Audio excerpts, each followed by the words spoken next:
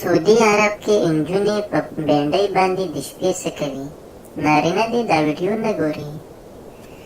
لیدونکو تاسو به په سوچ کې وئ چې سعودي عرب کې جنۍ له ډېر عمر لرلو باوجود د پیغل په نظر رسي. دوستانو تاسې به هم اورېدلي وي چې سعودي کې د ډېر عمر ښځې هم پیغلې په نظر رسي.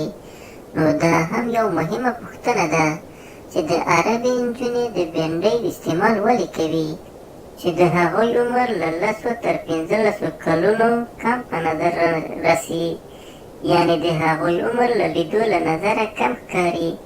نو تاسو به دا هم اورېدلي وي یا لیدلي وي چې عربي نجونې پر مخ بیخي ویښتان نه وي او مخ یې ډېر سپین او ښایسته ښکاري.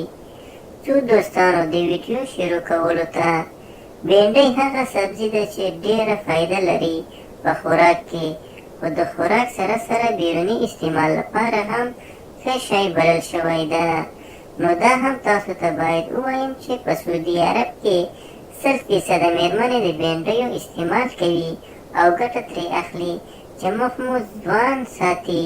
نو دوستانو نن یې درته په اسانه سره ښیو چې څنګه بینډۍ مېرمن پیغله ساتلی شي.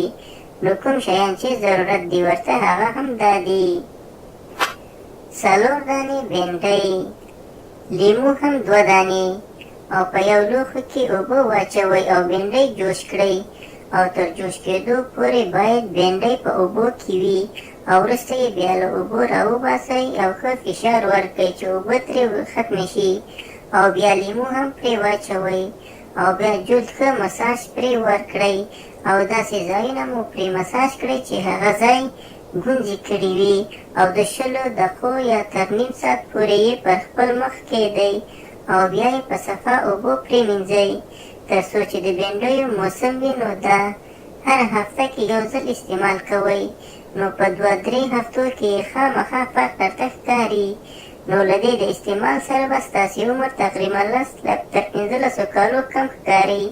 نو تاسې به اوس پوه شوي وئ چې ولې سعودي عرب کې نجونې بینډۍ خوښوي او زیات استعمال یې کوي او په ګرمیو کې له بینډیو څخه سوپ هم جوړوي او څښي یې چې ګرمۍ ته فایده لري. دې سره ډېرې ګټورې نورې هم لري. خو دوستانو ویډیو بیا اوږده کېږي، تر بیا مو په الله سپارم او زموږ چینل هم درسره سبسکرایب کړئ. مننه.